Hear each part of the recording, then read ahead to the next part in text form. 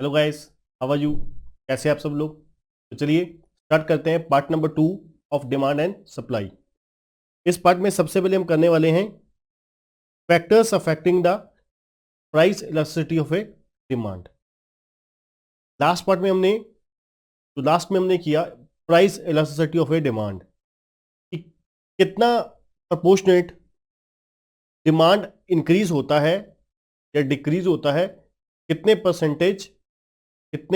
Percentage price increase और decrease होने से, राइट।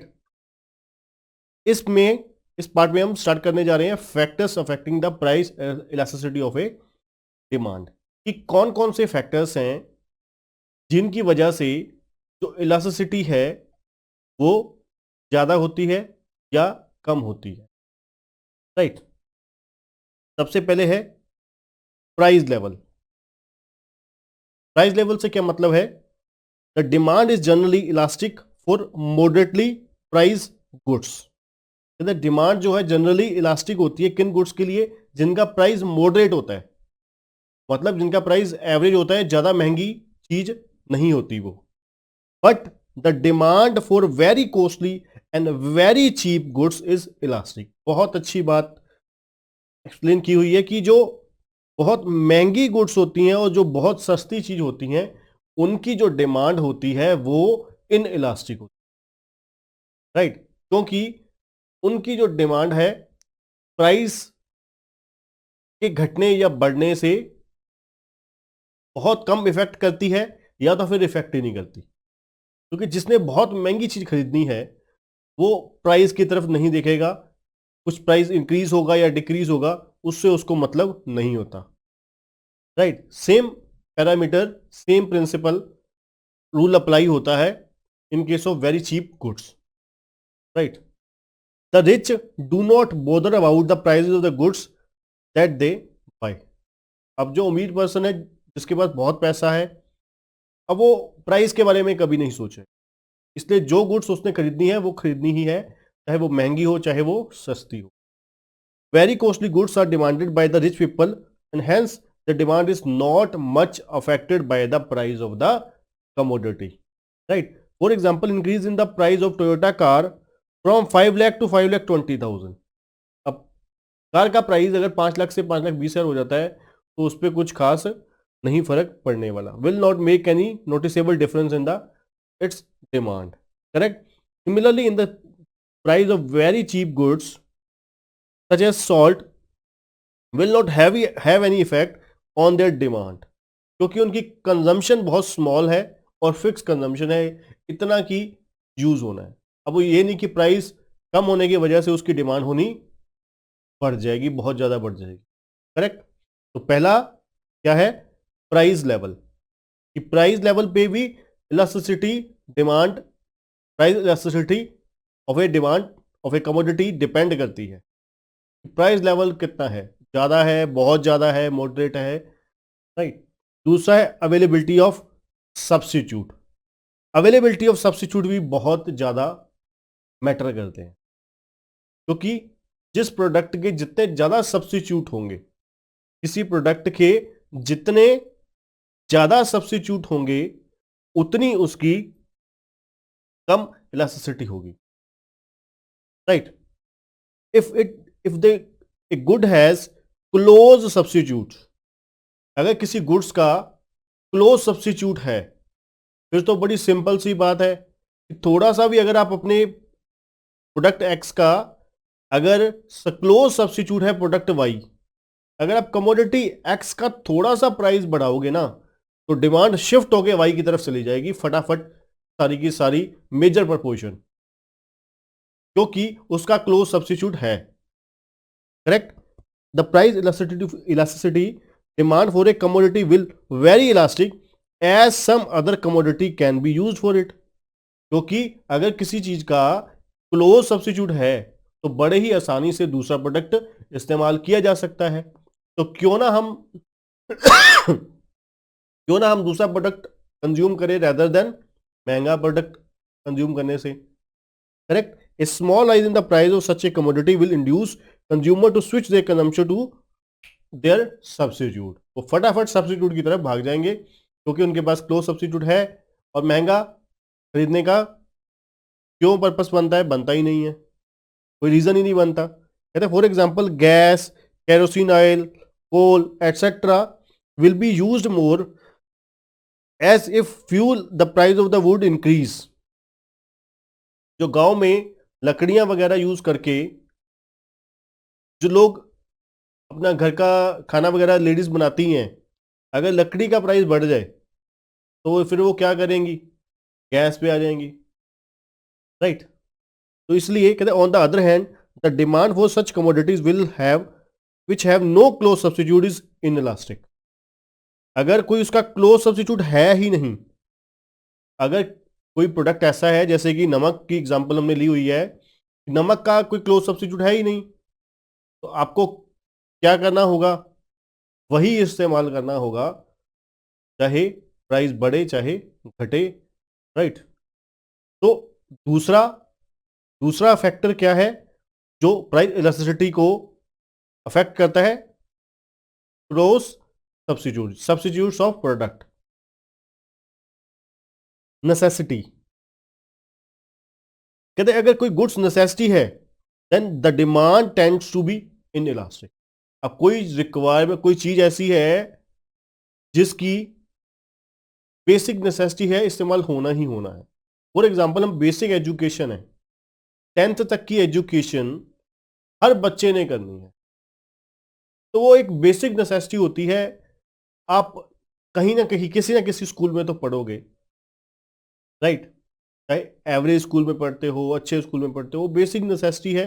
हर बच्चे ने, हर पेरेंट्स की कोशिश होती है कि बेसिक एजुकेशन तो दी जाए। तो इसलिए सरकारी स्कूल इंडिया में बहुत ज़्यादा कम है, जिसकी वजह से क्या होता है, प्राइवेट वालों के जो भाव है वो बढ़ जाते हैं, वो महंगी फीस चार्ज करते हैं क्योंकि वो अच्छी सर्विस दे रहे हैं। वो अपनी सर्विस के अकॉर्डिंग अपनी फीस चार्जेस जो है वो बढ़ाते रहते हैं और पेरेंट्स भी उसमें कुछ नहीं कर सकते, वहाँ पर कुछ हो नहीं सकता। रीज़न क्या है, क्योंकि वो डिपेंड करता है गवर्नमेंट के इनिशिएटिव के ऊपर, राइट। तो नेसेसिटी अगर कोई है, कहते एग्जांपल लिया हुआ है यहाँ पर ड्रिंकिंग वाटर के केस में, अगर प्राइस जो है ड्रिंकिंग वाटर का राइज हो जाता है, आप बढ़ा देते हो, तो फिर क्या होगा, then there is unlikely to be huge drop in the quantity demand since drinking water is a necessity. कहते there is unlikely to be huge drop in the, नहीं घटेगा, क्वांटिटी डिमांड जो है नहीं घटेगी अगर बाकी प्रोडक्ट की कंपैरेटिवली देखा जाए तो, क्योंकि ड्रिंकिंग वाटर जो है वो नेसेसिटी है, उसमें कोई इलास्टिसिटी नहीं, आपने पीना है पानी, राइट। टाइम पीरियड से मतलब क्या है, आपकी डिमांड कितनी का एक्सटेंड हो सकती है, इसके ऊपर भी इलास्टिसिटी डिपेंड करती है। मतलब क्या, एक होता है इमीडिएट डिमांड, एक होता है लॉन्ग पीरियड के बाद डिमांड। तो इसके ऊपर भी डिपेंड करता है कि भाई आपकी जो डिमांड है, प्रोडक्ट की जो डिमांड है, अगर वो डिले हो सकती है। अब कई चीजें हमारी लाइफ में ऐसी होती हैं जो हमें रोज इस्तेमाल करनी है, कंज्यूम करनी है, जिसको आप जैसे अपना फूड है, शेल्टर है, अब ये चीजें बेसिक नेसेसिटी का पार्ट आती हैं, एजुकेशन है, इसको आप डिले नहीं कर सकते, राइट। अब आपने अपने बच्चे की 10वीं के, पेरेंट्स ने 10 बच्चे की 5वीं की 10वीं की फीस देनी है, तो उसको वो डिले नहीं कर सकते। स्कूल पढ़ाना है तो फीस देनी ही पड़ेगी, राइट। एक कई चीजें ऐसी होती हैं कि उसको डिले किया जा सकता है। एक बच्चा आपका जिद कर रहा है कि मोबाइल लेना है, उसको मोबाइल लेना है, वो चीज डिले हो सकती है, उसमें टाइम पीरियड एक्सटेंशन डिले करी जा सकती है, राइट। तो इसका मतलब है जो डिले है प्रोडक्ट का, टाइम पीरियड है कि उसको कंजम्पशन में डिले डाली जा सकती है, वो भी प्राइस इलास्टिसिटी के ऊपर डिपेंड करेगी।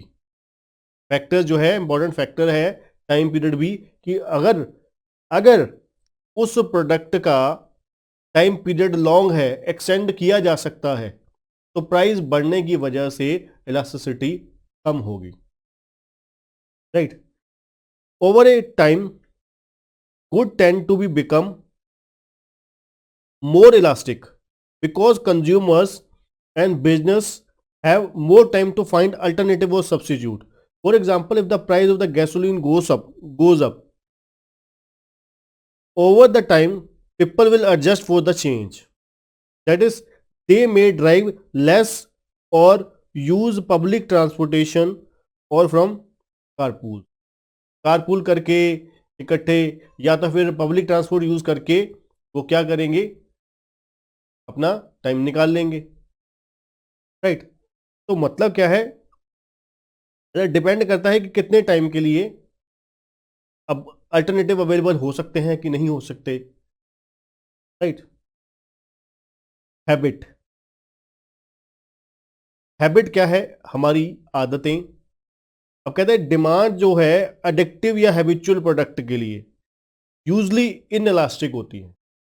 यूजली इनइलास्टिक होती हैं. अब जैसे मोस्टली विलेजेस में आपने देखा होगा, विलेजर एरियाज में देखा होगा कि वो लोग उठते सरी उनको चाय पीनी है, एक बड़ा स्टील का ग्लास चाय पीनी है, वो उनको एक काइंड ऑफ एडिक्शन लगी होती है. राइट. उनका दिन शुरू नहीं होता जब तक वो एक दो ग्लास बड़े चाय के पी ना लें. तो वो एक काइंड ऑफ क्या है, एडिक्शन है, हैबिट है उनकी.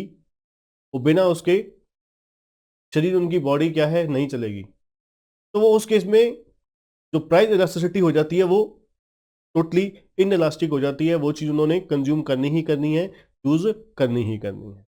This is because the consumer has no choice, because no pay whatever the producer is demanding. Right.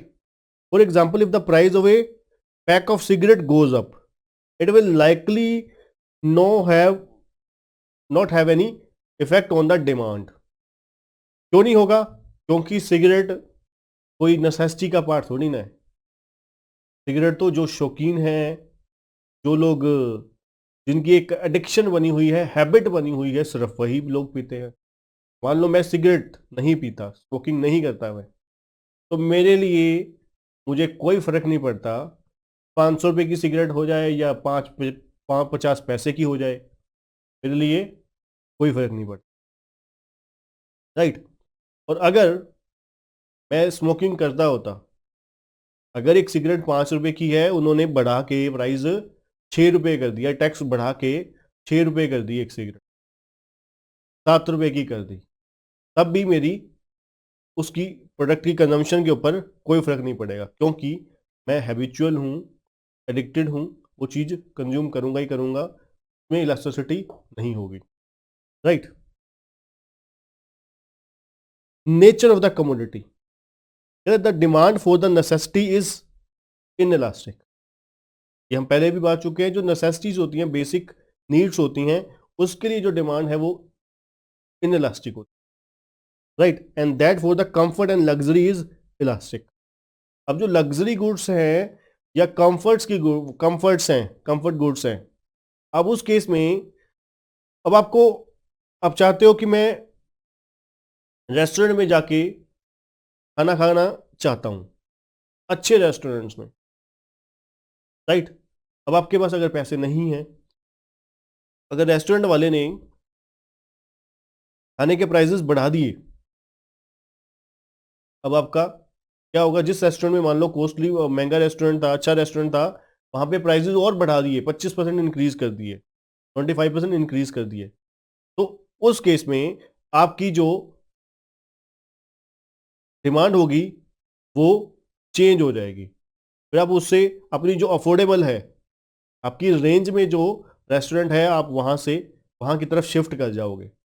अब वहां से प्रोडक्ट अपना खाना खाने जाओगे जहां पर वो आपकी रेंज में है. क्या मतलब है? वहां पर आपकी डिमांड चेंज हो गई, प्रोडक्ट की कहीं और से कहीं और हो गई. Right. This is because certain goods which are essential will be demanded at any prices. अगर कोई असेंशियल है, नेसेसरी है, फिर तो आप किसी भी कीमत पर कंज्यूम करोगे. अब दूध है, राइट, चीनी है, पत्ती है, इन चीजों को हम बेसिक नेसेसिटी का पार्ट है, ये चीज हम कंज्यूम परचेज करेंगे ही करेंगे, क्योंकि ये बेसिक नीड्स हैं, बेसिक नेसेसिटी का पार्ट है। चाय पीने के लिए, दूध पीने के लिए हमें दूध की जरूरत पड़ेगी, कॉफ़ी के लिए दूध की जरूरत पड़नी है, चाहे आप चाय पी लो चाहे coffee P low, demand shift कर लो, चाय से कॉफ़ी की तरफ कर दो, कॉफ़ी से चाय की तरफ कर दो, या कॉफ़ी चाय से दूध की तरफ चले जाओ, तीनों जगह पर मिल्क की कंजम्पशन तो होनी ही होनी है। पर whereas the goods meet for luxuries and comforts we dispense with easily if they appear to be become costlier. अब इनको क्या है, हम क्या है, जो लग्जरीज होती हैं या कंफर्ट्स होती हैं, उसको हम क्या है बड़े आसानी से ही डिस्पेंस कर सकते हैं, आगे बढ़ा सकते हैं अगर उनके प्राइजेस बढ़ जाते हैं। वेरियस यूजेस, कहते अगर किसी कमोडिटी के बहुत सारे यूजेस हैं, जैसे मैंने दूध की अभी एग्जांपल ले रहा था, उसके बहुत सारे यूजेस, मिठाई भी बनती है, चाय पीने के लिए काम आता है, कॉफ़ी के लिए काम आता है, लोग बच्चों के अपना पीने के काम आता है, अब हम लोग भी पीते हैं। अब इसके वेरियस यूजेस हैं। उस केस में will have an elastic demand, उस केस में इलास्टिक डिमांड होती है, सच एज मिल्क, वुड। अब लकड़ी बहुत जगह पर यूज होती है, टेबल के लिए है, अपना चेयर के लिए है, अपना हमारा फर्नीचर बनाने के लिए घर के, अब इनके बहुत सारे यूजेस होते हैं। तो उस केस में कहते हैं जो डिमांड होती है, जब कि कोई प्रोडक्ट ऐसा है जहां पर वेरियस यूजेस हैं, तो उस प्रोडक्ट के लिए, उस कमोडिटी के लिए जो प्राइस इलास्टिसिटी होती है वो होती है elastic. Correct. On the other hand A commodity having only one और फ्यूअर यूज, अगर कोई कमोडिटी ऐसी है उसके सिर्फ एक ही यूज होता है, राइट, तो उस केस में उसकी जो डिमांड होगी वो इन इलास्टिक होगी। जो सिर्फ रॉ मटेरियल है, जो सिर्फ एक ही जगह पर यूज होता है, अब उसकी डिमांड इन इलास्टिक होगी, या फिर वो सिर्फ उसमें एक ही चीज यूज होती है। The consumer find it easier to adjust the quantity demand for a good when it is to be used for satisfying the several wants, and if it is confined to a single or few uses. For this reason, a multi-use goods tend to have more elastic, क्योंकि वो कहीं और इस्तेमाल हो जाएगी, कहीं और हो जाएगी, इसलिए उसकी इलास्टिसिटी होती है। और लास्ट है पोस्टपोनिंग कंजम्पशन। ये टाइम पीरियड के साथ रिलेटेड है कि अगर कोई प्रोडक्ट पोस्टपोन किया जा सकता है, जैसे मैं आपको कह रहा था कि डिमांड उसकी पोस्टपोन की जा सकती है, डिले किया जा सकता है, तो उस केस में जो इलास्टिक होगा वो इलास्टिक होगा, is elastic as the price rises and expected to fall again, right. For example the demand for the MP3 is elastic. अब MP3 के बिना कोई बंदा मर थोड़ी ना जाएगा, जीना थोड़ी ना खत्म हो जाएगा, तो इसको आप लोग क्या कर सकते हो, पोस्टपोन कर सकते हो वही राइट, कि बाद में ले देंगे जब पैसे होंगे तो, right. But the demand for the rice and wheat is in elastic, क्योंकि इसके बिना गुजारा नहीं होना, दाल फुल्का रोटी खाए बिना कैसे गुजारा हो जाएगा, because their use can not be postpone when their prices increase. भाई अगर 20% रेट बढ़ गए, 30% रेट बढ़ गए, तब भी आपको अनाज लेना ही लेना है, व्हीट लेनी ही लेनी है, परचेज करनी है, राइस परचेज करने ही करने हैं। उस केस में डिमांड जो होती है इन इलास्टिक होती है। करेक्ट। आई थिंक ये आपको बहुत अच्छे से समझ आ गया होगा कि ये बहुत अच्छा नॉलेजेबल और काफ़ी कॉन्सेप्चुअल टॉपिक था। फैक्टर्स जो क्या है, अलग अलग चीज़ों के फैक्टर्स के बेस पर हम इलास्टिसिटी मेजर कर सकते हैं। नेक्स्ट है इनकम इलास्टिसिटी। हमारा फर्स्ट टॉपिक हो गया price elasticity of a demand. अब हम करने जा रहे हैं income elasticity of a demand. Income elasticity में क्या होगा, सिर्फ और सिर्फ चेंज क्या होगा, वहां पर क्या था price elasticity of a demand में, कि प्रोडक्ट के कमोडिटी के प्राइस बढ़ने से कितना क्वांटिटी डिमांड में चेंज आया, कितने परसेंट प्राइस कि चेंज होने से कितने परसेंट डिमांड इंक्रीज या डिक्रीज हुई, मतलब चेंज हुई। अब यहां पर क्या है, कितने परसेंट प्राइस बढ़ने से चेंज होने से कितने परसेंट, सर्टेन परसेंटेज चेंज होने से कितनी सर्टेन परसेंटेज, सॉरी कितने परसेंट इनकम बढ़ने से या घटने से कितने परसेंट डिमांड पर फर्क पड़ा। तो इसको मेजर करने का क्या फॉर्मूला होगा, जैसे मैंने आपको पहले भी बताया था, percentage change in quantity demand divide by percentage change in income of consumer, right. Percentage change in quantity demand divide by percentage change in income of the consumer. इससे हम मेजर कर पाएंगे कि इलास्टिसिटी कितनी है, इनकम इनकम इलास्टिसिटी कितनी है और एक क्वांटिटी डिमांड। अब इनकम इलास्टिसिटी क्या बोलती है, income elasticity of demand is the degree of responsiveness of demand to the change in income, कि भाई इनकम चेंज होने से कितनी quantity demand of a commodity change होती है। Professor Watson define its as income elasticity of a demand is the rate of quantity, rate of change of quantity with respect to the change in the income, कि भाई किस rate पर quantity demand change होती है और with respect to the कितने percent income change होने से, कितने परसेंट इनकम चेंज होने से कितने परसेंट क्वांटिटी डिमांड चेंज होती है। That is the responsiveness of the change in income, responsiveness to the quantity demand due to the change in income of the consumer, कि भाई मेरी इनकम बढ़ने से, कंज्यूमर की इनकम बढ़ने से किसी भी प्रोडक्ट की क्वांटिटी डिमांड कितनी बढ़ी या घटी, कितना चेंज आया, राइट। अब वही सेम सारी चीजें हैं, जैसे कि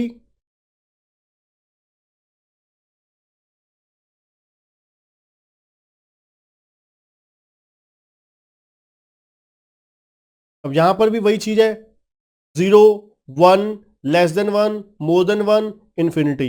यहां पर भी 5 है। एक क्या था, यूनिटरी मतलब